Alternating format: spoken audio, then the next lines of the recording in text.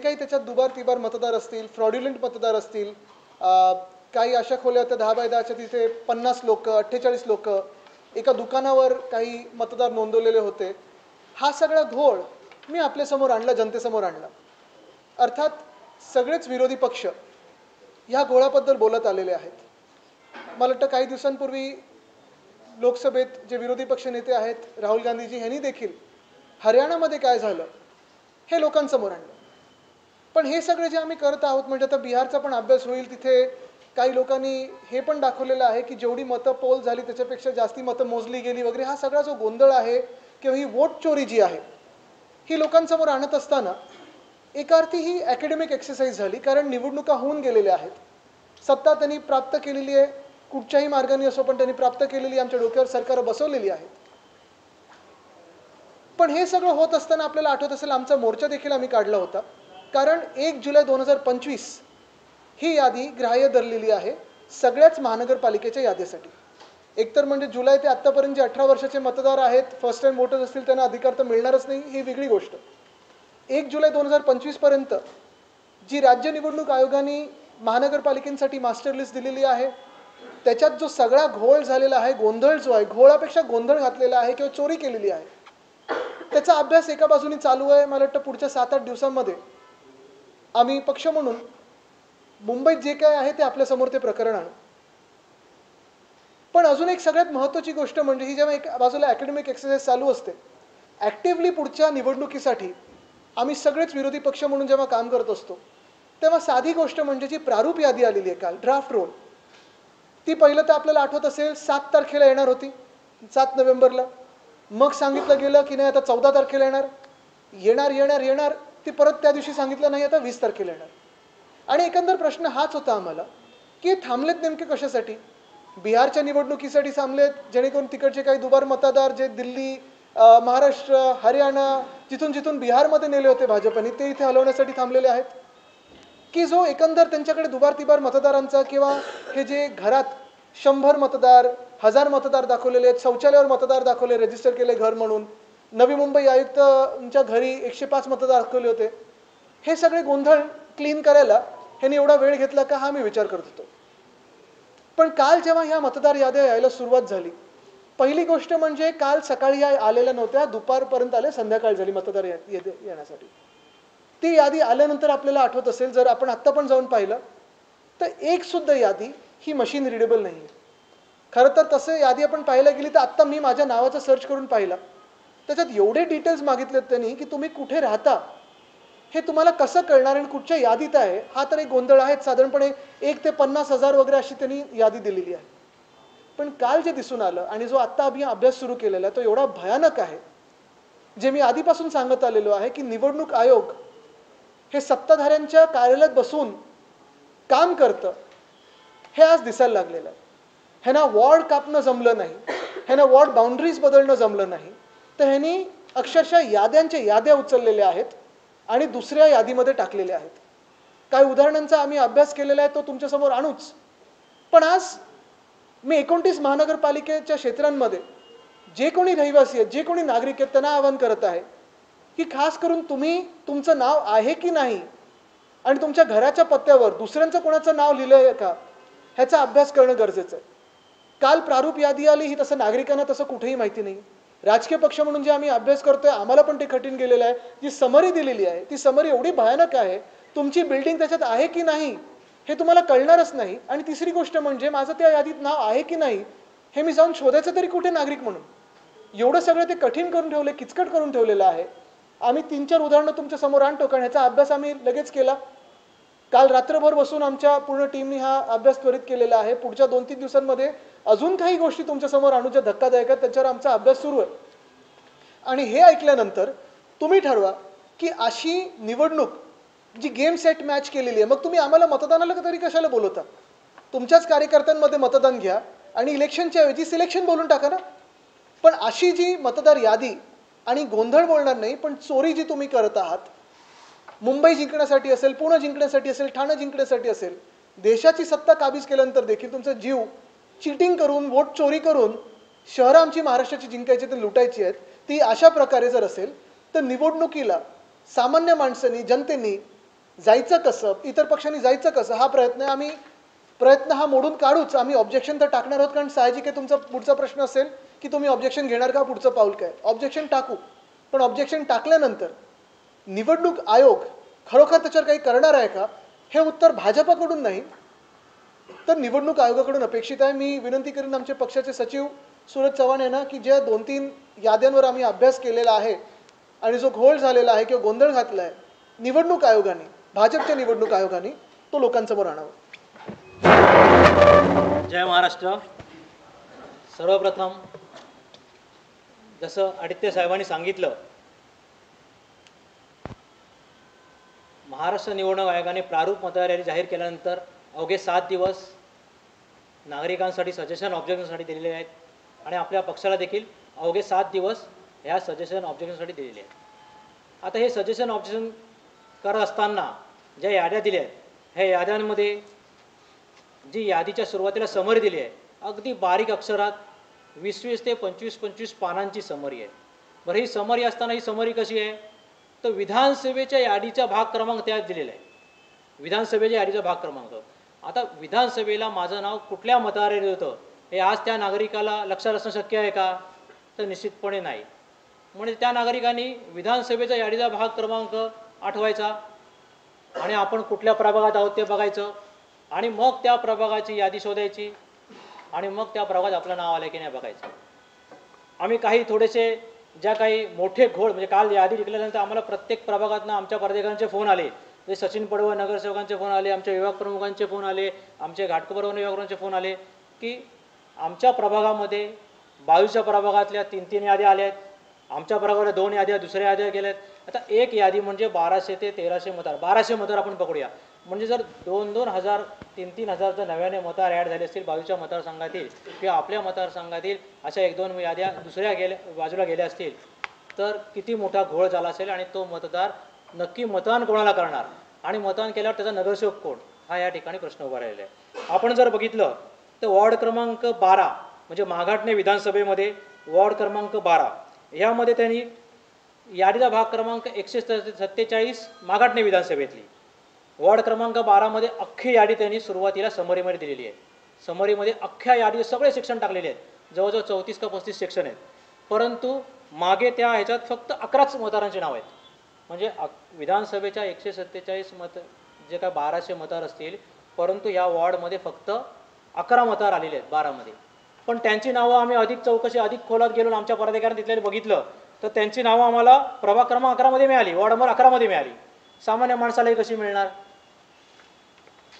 तसंच वॉर्ड क्रमांक 225 कुलाबा विधानसभा या ठिकाणी त्यांनी काय केलं आहे, एका वॉर्डमध्ये एका यादीमध्ये 1300 नावं आहेत, यादीचा भाग क्रमांक 111, 1200 ते 1300 नावं आहेत. परंतु 225 मध्ये संपूर्ण यादी जेव्हा आम्ही बघितली, अगदी रात्रभर आमचे पदाधिकारी शोधत होते, अवघी 398च नावं त्या 225 या प्रभागात मिळाली. मग बाकीची नावं कुठल्या वर्गात गेली, त्याच्या बाजूच्या प्रभागात शोधण्याचा प्रयत्न केला, पण त्या समोरीत त्यांची नावं, त्या इमारत्या सेक्शन्सची नावं नाही आहेत. अजून कुठे शोधणार, मग ती नावच मिळत नाही आहेत. मग ती कुठल्या तरी भलत्याच वॉर्डमध्ये गेली असण्याची शक्यता आहे. आता अणुशक्तीनगर विधानसभेमध्ये देखील वॉर्ड क्रमांक 147 आमचे प्रमोद शिंदे बसले आहेत, त्यांचा स्वतः स्थानिक वॉर्ड आहे. त्या प्रभागात येणाऱ्या इमारतींची नावं, एक यादी एकच आहे, विधानसभेची यादी एक आहे, त्या यादीचा भाग क्रमांक होता 172. परंतु ती यादी आता महानगरपालिकेने 2 वॉर्डमध्ये डिवाईड केली. जुन्या प्रभागाप्रमाणे 147 मध्ये येते, आता डिवाईड करताना अर्धी नावं 147 मध्ये दिली आणि अर्धी नावं 148 मध्ये दिली. पुन्हा एकदा एकाच ह्याच्यात राहणार, एकाच सेक्शनमध्ये राहणारी लोक 2 प्रभागात डिवाईड करण्यात आली. या ठिकाणी 222 यादीचा भाग क्रमांक 222. शिवडी विधानसभा 206 मध्ये आमचे सचिन पडवळजी आहेत, त्यांच्या प्रभागात बाजूच्या अभिनवनगरमधल्या 205 या प्रभागातील किती याद्या दिल्या, 5 ते 6 बूथच्या समरीमध्ये ऍड केल्या. तसंच 204 मधल्या पण एक समरीमध्ये ऍड केली. म्हणजे निवडणूक आयोग भविष्यात ह्या याद्या कुठून ॲडिशनल नावं आणून ऍड करण्याची शक्यता आहे का, हा प्रश्न या ठिकाणी उभा राहतोय. आता माझं स्वतःचं नाव जर प्रभाग क्रमांक 154 मध्ये येतं, बाउंड्री जर बघितली तर ती 154 मध्ये येते. म्हणून मी काल 154मध्ये सर्च केलं, माझं नाव 154मध्ये नव्हतं. अजून बाजूच्या 155मध्ये केलं, तिथेही नव्हतं. मग बोललो अजून पुढे जाऊया, 152मध्ये बघितलं, तर 152मध्ये मला नाव शोधायला जवळजवळ मला स्वतःला म्हणजे माझ्या याद्या सगळ्या तोंडपाठ असून सुद्धा जवळजवळ 2 ते 2.5 तास लागले, एवढं सगळं माहिती असताना सुद्धा. बरं, हे नाव शोधत असताना माझं फक्त माझ्या इमारतीत माझं एकट्याचंच नाव त्या 252मध्ये गेलं आहे. माझ्या इमारतीचं फक्त एकट्याचं नाव 252 या वाढत गेलं आहे, 152 या वाढत गेलं. म्हणजे ह्या इतक्या प्रकारचा घोळ या ठिकाणी निवड आयोगाने घातलेला आहे आणि आम्हाला फक्त 7च दिवस दिलेत पुढे सजेशन ऑब्जेक्शनसाठी. सांगण्याचा मुद्दा असा आणि सोपा करण्यासाठी आपण मतदार म्हणून आपलं नाव प्रत्येक यादीत असतं, बूथ वाईज असतं आणि आत्तापर्यंत आपण तसं मतदान करत आलेलो आहे. यंदा पहिल्यांदा असं झालेलं आहे की भाजपचे असतील, मिंदेंचे असतील, ही टोळी निवडणूक आयोगात बसून ठराविक लोकांना ह्या बूथमधनं काढायचं आणि त्या बूथमध्ये न्यायचं, इकडचं संतुलन हलवायचं, तिकडचं संतुलन हलवायचं, किंवा चला ही लोकं हे बूथ आपल्यासाठी स्ट्रॉंग आहेत तर हे स्ट्रॉंगवाले बूथ आपण ह्या सीटमधून काढून दुसऱ्या सीटमध्ये द्यायचे, जेणेकरून विरोधी पक्षांच्या सीट पडतील, स्वतःच्या सीट जिंकून येतील, ज्या स्वतःच्या सीट थोड्या दगमगीत आहेत त्या भक्कम करून घेऊ. हे सगळं कॅल्क्युलेशन करण्यासाठी निवडणूक आयोगाने 7ची यादी 14वर ढकलली, 14ची यादी आज काल पर ढकलली आणि काल देखील जी यादी आलेली आहे ती मशीन रिडेबल नाही. आमच्या प्रामुख्याने 2 मागण्या असतील, आम्ही तो ऑब्जेक्शन टाकत आहोतच. सगळे इतर राजकीय पक्षांशी आम्ही बोलणार आहोत. ह्याच्यात जर भाजपला खरोखर लोकशाही वाचवायची असेल त्यांचं पण आम्ही स्वागत करतो. पण निवडणूक आयोगाने हा जो गोंधळ घातलेला आहे त्याच्यात 2 कारणं असू शकतात. पहिलं कारण म्हणजे इनकॉम्पिटन्स, त्यांना काम करता येत नाही. जर निवडणूक आयोगाच्या लोकांना किंवा त्यांचा जो स्टाफ असेल किंवा त्यांचे जे आयुक्त असतील ते इनकॉम्पिटंट असतील, त्यांना काम करता येत नसेल तर तातडीने त्यांना सस्पेंड करणं गरजेचं आहे, घरी बसवणं गरजेचं आहे. पण हे जर मुद्दाम झालं असेल, एखाद्या पक्षाला मदत करण्यासाठी झालं असेल तर त्यांच्यावर देशद्रोहाचा गुन्हा टाकून त्यांना जेलमध्ये टाकणं गरजेचं आहे. कारण हे आपल्या साध्या सामान्य माणसाचा, नागरिकाचा मतदानाचा अधिकार खेचून घेण्याचा प्रयत्न होतो, तुम्हाला मतदानापासून वंचित ठेवण्याचा प्रयत्न होत आहे. आणि मुंबईत ठराविक पक्षांना, मुंबई किंवा बाकी सगळ्याच शहरांमध्ये असेल, ठराविक पक्षाला मदत होईल असं सगळं हे कटकारस्थान चालू आहे.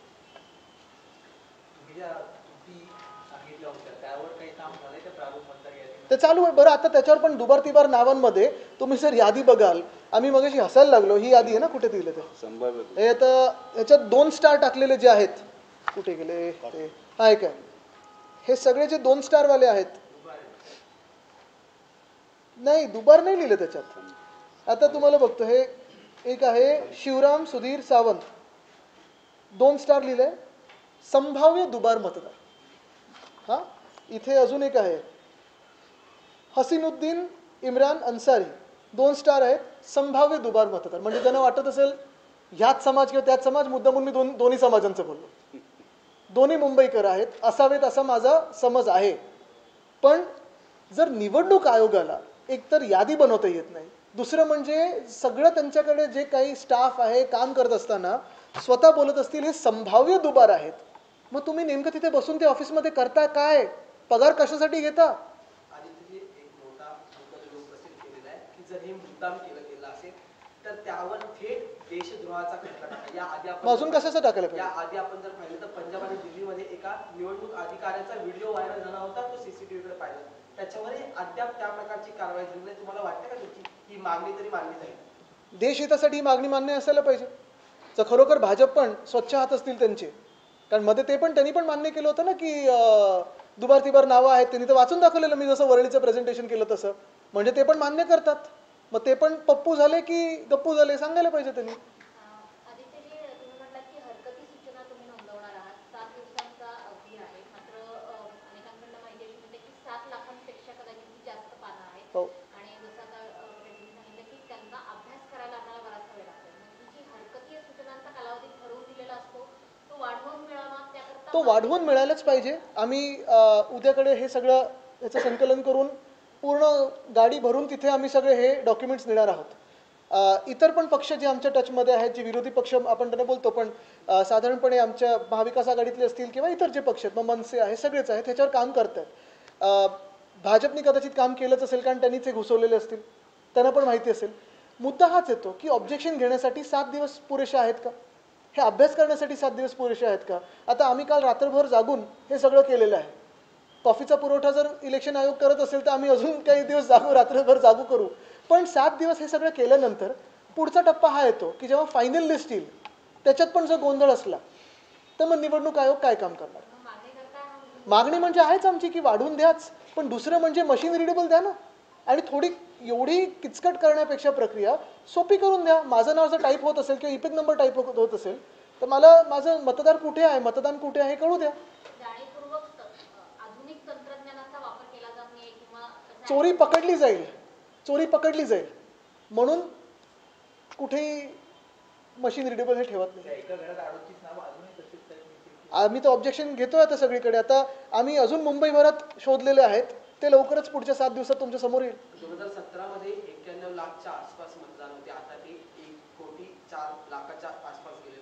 एवढ्या 14 लाख जागांची चाळणी करायची आणि त्याच्यात ते आधीची, एवढं तुम्हाला वाटतंय का 7 दिवसात पूर्ण होईल? नाही, ही चाळणीपेक्षा निवडणूक आयोगाचे जे चाळे आहेत त्याची चाळणी करायला आम्हाला त्रास जातो.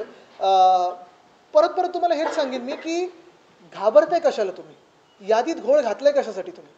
आणि जर तुम्हाला काही चोरी नसेल तुमची तर ठेवा ना मशीन रिडेबल, सोपं करा.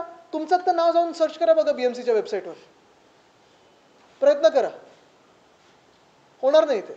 आणि म्हणून मी प्रामुख्याने हेच सांगेन, पहिलं म्हणजे वेळ वाढवून तर द्याच, दुसरं म्हणजे मशीन रिडेबल करा. पण तिसरं म्हणजे हे जर तुम्हाला संभाव्य वाटत असेल, एक नाव मी मगाशी काढलं ते कुलाबा मतदारसंघात आहे आणि बँड्रा वेस्टमध्ये सेम नाव आहे पण संभाव्य लिहिलेलं आहे. हे जर आम्हाला कळतंय आणि आम्ही शोधू शकतो, तुम्ही का नाही शोधू शकत? तुमच्याकडे तर पूर्ण मास्टर लिस्ट आहे. बरं, हे काही नवीन आत्ताचे मतदार नाही आहेत, हे 1 जुलै 2025च्या आधीची यादी आहे. म्हणजे मग जुलै, ऑगस्ट, सप्टेंबर, ऑक्टोबर, नोव्हेंबर संपायला आला, मग तुम्ही काय केलं तेवढे दिवस? आणि ही चोरी नाही, हा गुन्हा नाही तर दुसरं काय? तुम्ही मतदार याद्या घेऊन निवडणूक आयोगाकडे जाणार आहात, म्हणजे तुम्ही जसं म्हटलात की आम्ही मोठी गाडी घेऊन जाणार. हो, पण पहिलं म्हणजे आज आम्ही सगळे हे काल रात्री हे सगळ्या याद्या डाउनलोड झाल्या, काही काही तर अजून होत नाही आहेत. ते झाल्यानंतर तर त्याच्यावर अभ्यास चालू आहे, कारण फिजिकली आम्हाला चेक करायला लागते, कुठेही चुकीचा आरोप होऊ नये ह्याची दक्षता आम्ही जास्ती घेतोय, काळजी आम्ही घेतो. आमचे सगळे विभाग प्रमुख असतील, आजी माजी नगरसेवक आहेत, इच्छुक अनेक लोक आहेत, ते पण करतायत. हे सगळेच लोक ह्याच्यात लागलेले आहेत. आदित्यजी, एक रोहित पवारांनी एक ट्विट केलं, इंटरेस्टिंग ट्विट आहे की मुख्यमंत्री म्हणजे नगर परिषदेच्या निवडणुकांच्या बाबतीत मुख्यमंत्री देवेंद्र फडणवीसांचे मामेभाऊ, गिरीश महाजनांच्या पत्नी, त्यानंतर जयकुमार रावळ यांच्या आई अशांना जे आहे नगरपंचायतीच्या नगराध्यक्षपदी त्यांची बिनविरोध निवड झाल्याबद्दल त्यांनी अभिनंदन दिले. पण बिनविरोध निवडणुका होत आहेत ही चांगली गोष्ट आहे, पण भाजपच्याच जागा बिनविरोध कशा होत आहेत असा सवाल सुद्धा रोहित पवारांनी उचललेला आहे. आणि त्याचबरोबर घराणेशाहीवरून जे भाजप नेहमी आरोप करतं, तर आता तर गिरीश महाजन असो, जयकुमार रावळ असो, खुद्द मुख्यमंत्री असो, बिहारमध्ये 2 मंत्री बघा ना, ते जसे झालेत, ते तर निवडणुका पण नाही लढलेत, पण घराणेशाहीत म्हणून झाले मंत्री. तर सांगण्याचा मुद्दा आहे की हा निवडणुकीचा तर नंतरचा विषय, बिनविरोध. म्हणजे माझं तर म्हणणं असं आहे की तुम्ही अशा जर याद्या करणार असाल तर आम्हाला मतदानाचा पण अधिकार देऊ नका ना, बिनविरोध अशाच करून टाका. तसंच झालेलं आहे. ज्या नेरूळच्या पुतळ्यावरून, महाराजांच्या पुतळ्यावरून राजकारण झालं, अमित ठाकरेंवर गुन्हा दाखल केला, त्याच्यानंतर तुम्ही ट्विट सुद्धा केलं होतं. आज त्याच पुतळ्याचं पुन्हा एकदा मंत्री गणेश नाईक यांच्या हस्ते अनावरण होते. एकनाथ शिंदे यांचं आमंत्रण होतं, पण त्या ठिकाणी ते पोहोचलं नाही. आता महाराजांचं पुतळ्याचं अनावरण आहे, गद्दारांना कसं जवळ ठेवणार? ते महाराष्ट्राच्या विरोधात जे काम करतात तसं कोणाला जवळ घेणार तिथे?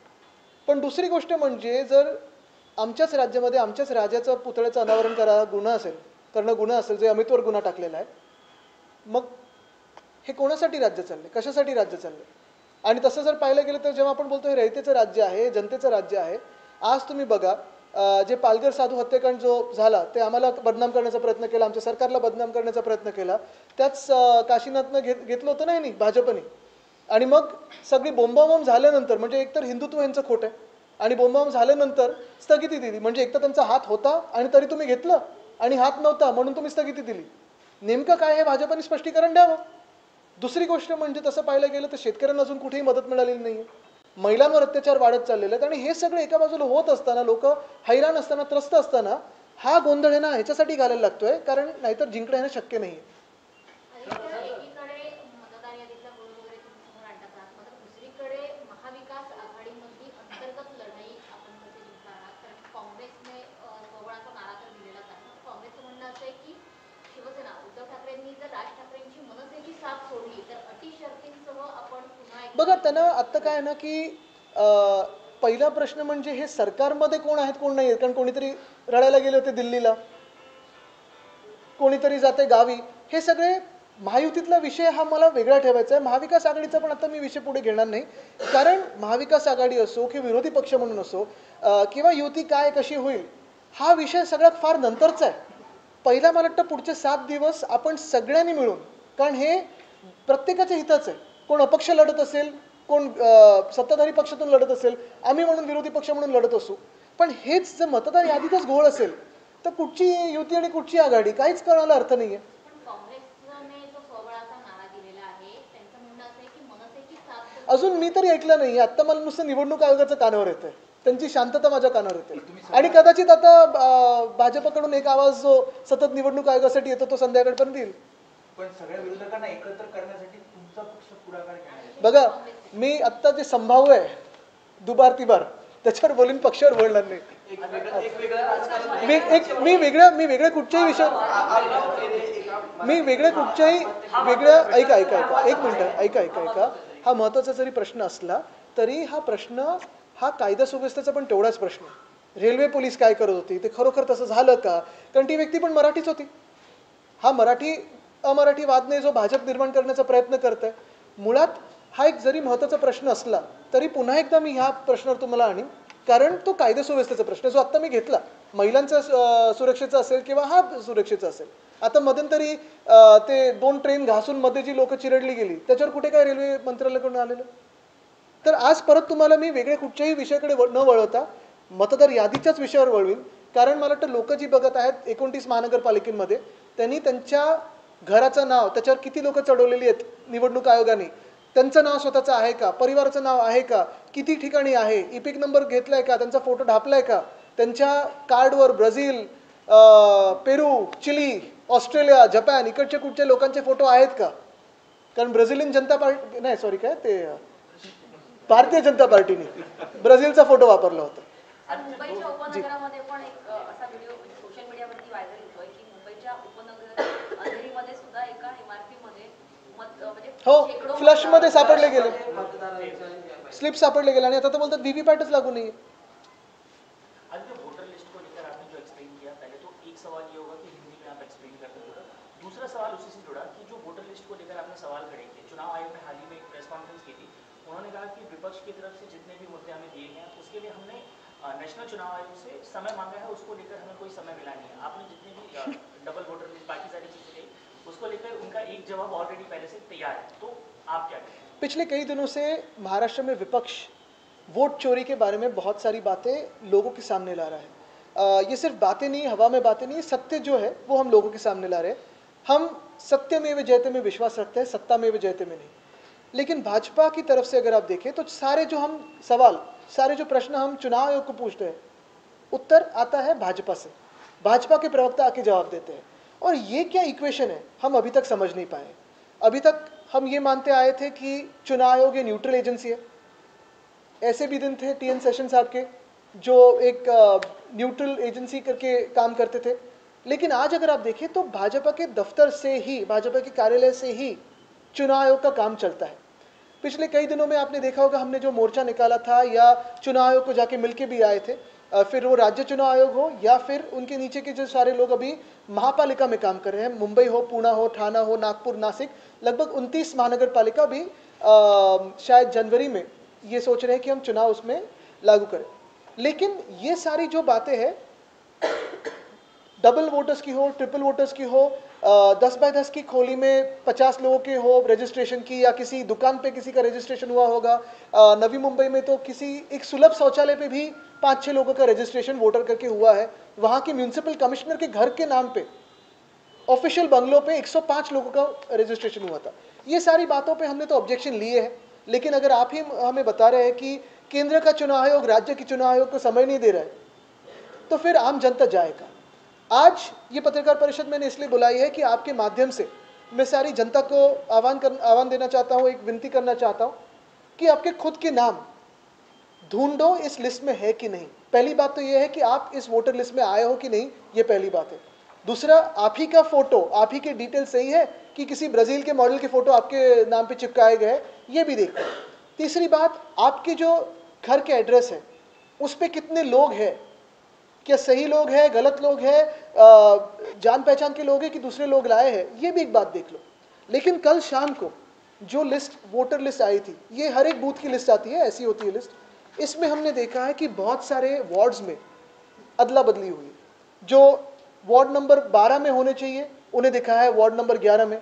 ये सचिन पडवल जी हमारे जो बैठे हैं वो कॉरपोरेटर थे, बाजू 205 वार्ड के इनके वार्ड में डाले गए हैं। काफ़ी सारे ऐसे भी हैं जहां आप जिस बिल्डिंग में रहते हो लगभग 60% लोग आपकी बिल्डिंग के वही वार्ड में हैं, 40% लोग किसी दूसरे वार्ड में डाले।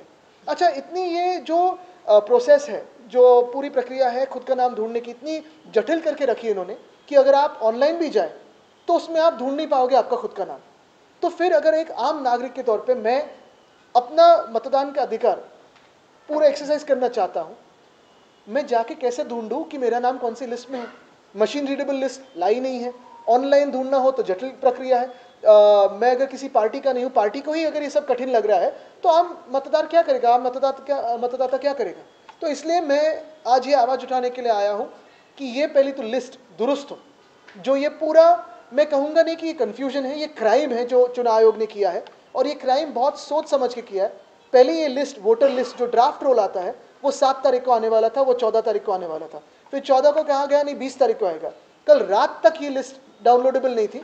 जो डाउनलोडेबल हुई है वो एक तो पूरी की पूरी मशीन रीडेबल है ही नहीं, इतनी जटिल करके रखी है, 1 से लेकर 50,000 तक नाम आपको स्क्रॉल करना पड़ रहा है, तो आप कैसे ढूंढोगे? और उस नाम पे भी कोई और है, किसी के डबल वोटिंग है, नहीं है।